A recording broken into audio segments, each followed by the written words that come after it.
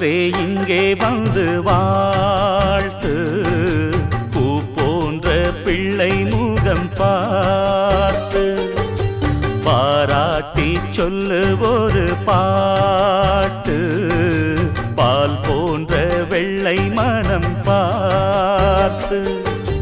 யார் சொல்லுவது இங்கு தாயில்லையென, நான் கொஞ்சிடுவேன் உனையன் பிள்ளையென.